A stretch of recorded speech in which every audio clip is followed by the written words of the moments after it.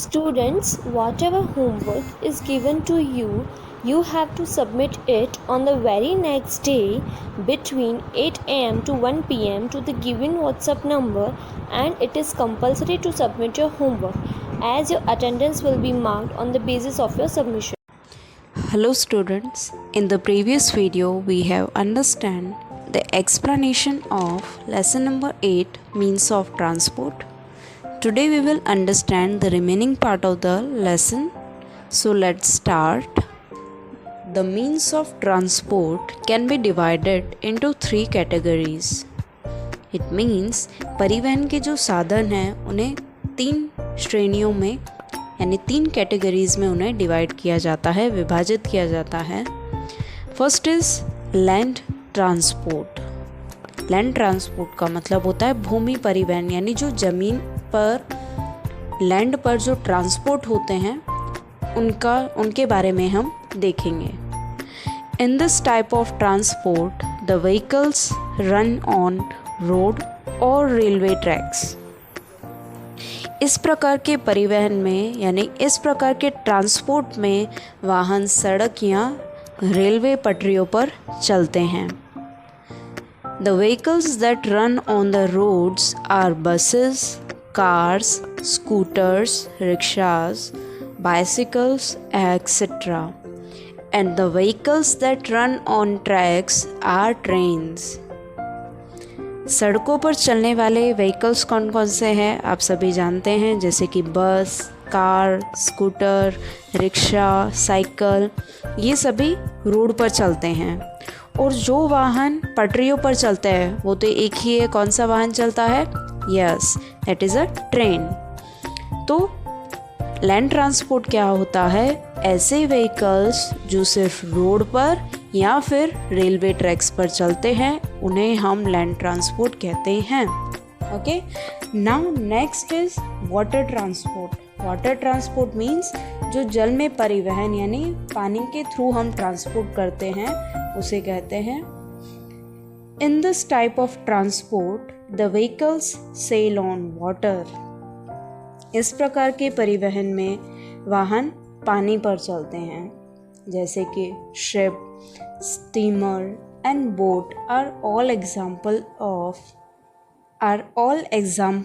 Of water transport. जहाज, steamer और नाव ये सभी जल परिवहन के कुछ एग्जाम्पल्स हैं. Ships carry passengers and goods from one place to another through seas and rivers.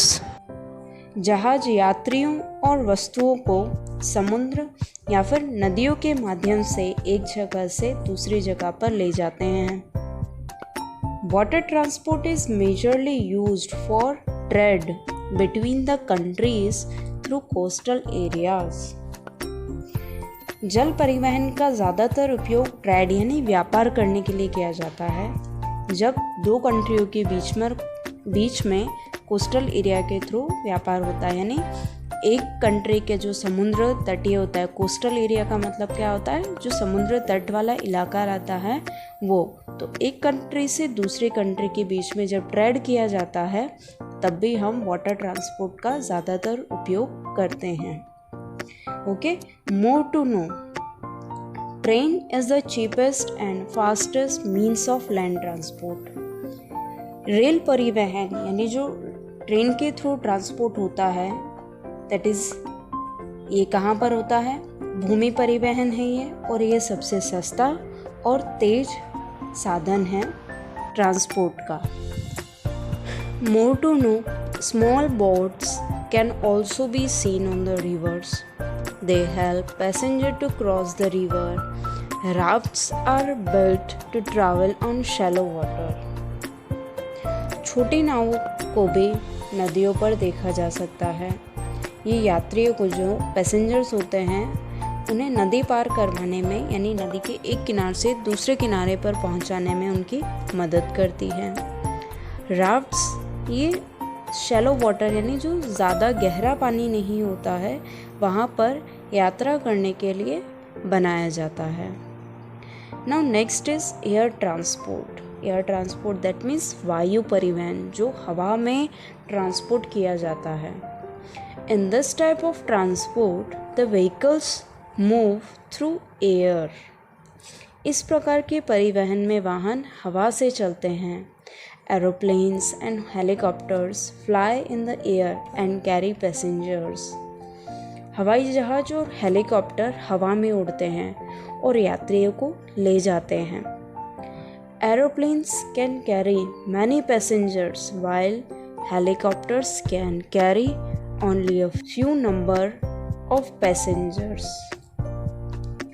हवाई जहाज में कई यात्रियों को ले जाया जा सकता है, जबकि हेलीकॉप्टर्स में कुछ ही यात्री को ले जा सकते हैं।